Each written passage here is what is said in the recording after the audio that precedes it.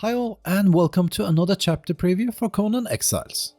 Today we are going to look at the big updates and changes that have been revealed for chapter 3 of Age of War in the latest dev stream. Since the upcoming chapter is now available on the public beta client, PC players can also take a first-hand look at everything new before the official launch, which has been announced for 14th of December. Now, let's start with the big anticipated feature first. The PvE Siege. As it's been hinted at throughout the first two chapters of Age of War, the Stygians are on the march, and it is in chapter 3 that they will finally set up camp in the Exile lands, permanently.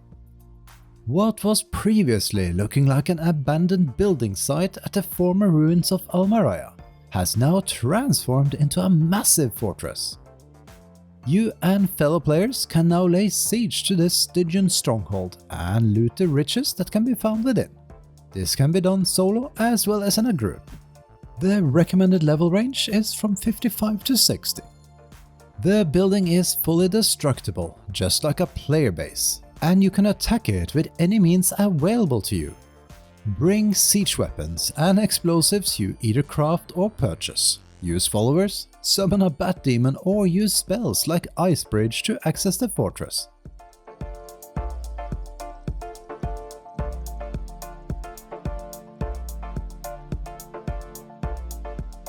Another big news, and we are sure you will love it, is that players can now also use the battering ram to break through doors. While you can't equip followers with a battering ram, we are happy we can take revenge on all the Stygian demolishers from past purges.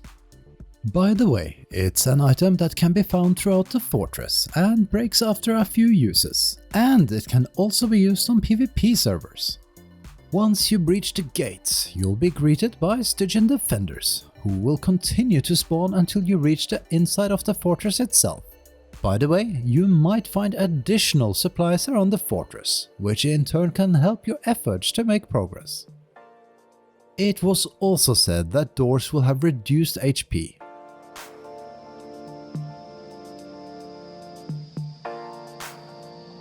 Upon reaching the boss room, you'll notice piles of gold that can be looted.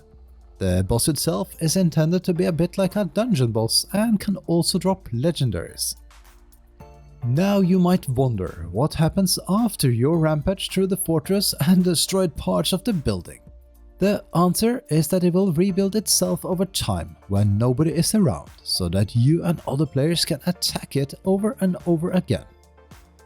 If you are wondering if this is a chapter 3 exclusive, then the answer is that this new siege location is here to stay as a permanent fixture in the Exile lands.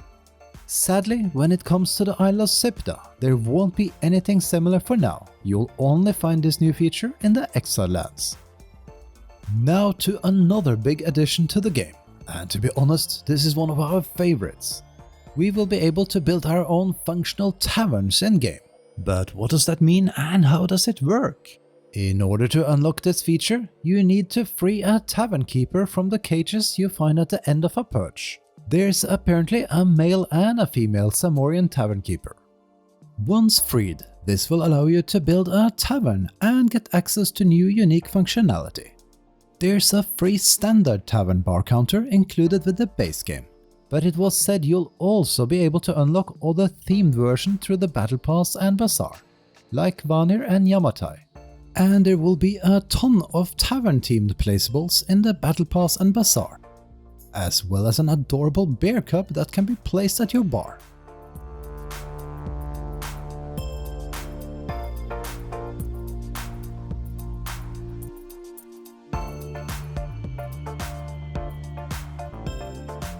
But now to the really cool features of your tavern. Not only can you purchase items from the tavern keeper and hire NPCs, like Iskar the Sellsword once he has been freed from the purge. But as long as you have a bar counter, a tavern keeper and free seating in your tavern, NPCs will start showing up in your tavern and actually hang around. Not only is that pretty cool in terms of immersion, but you'll also be able to hire some of these NPCs for gold. These can be fighters or crafters. We guess that most of these won't be any special named NPCs, but there is a chance for high value trolls to appear, and it's nonetheless a cool alternative to knocking out trolls. We really love this new tavern feature and can't wait to experience everything firsthand. And Funcom also said that they want to expand on this system in the future. Okay, so what else will be new with Chapter 3? Well, there will be a few additional tweaks and updates as usual, and there are also some updates regarding follower placements. These archer posts can be unlocked as perch rewards, and it will also be possible to assign someone to operate a siege cauldron. Another great change is that trolls can now be assigned to shares. Simply move a thrall to see all available seating options. There will be more and more placeables that utilize the system of assigning followers to them, instead of having them placed inside, so there's a big hope that we'll be able to customize the looks of our crafters in the future, if they expand on it. Then there's of course the new mount. You have guessed it, it's a camel. From what we understood, camels will have the same HP and speed as horses, but a slightly bigger inventory, at least that's the plan. And as with everything, there will be new skins and saddles to buy. Speaking of the Battle Pass and Bazaar, there will be a host of new items, from tavern themed placeables and pet skins to new building set expansions for existing sets. The devs showed various new building pieces for the Aesir building set,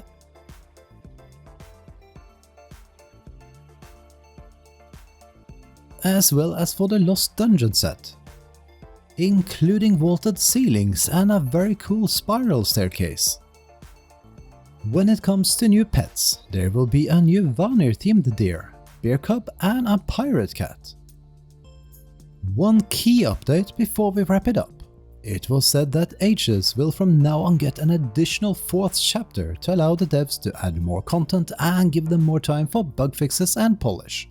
This also means that we'll see a 4th chapter for the Age of War, and if we are lucky, it will include the delayed feature of fatalities, as well as new perch content like different speciality waves.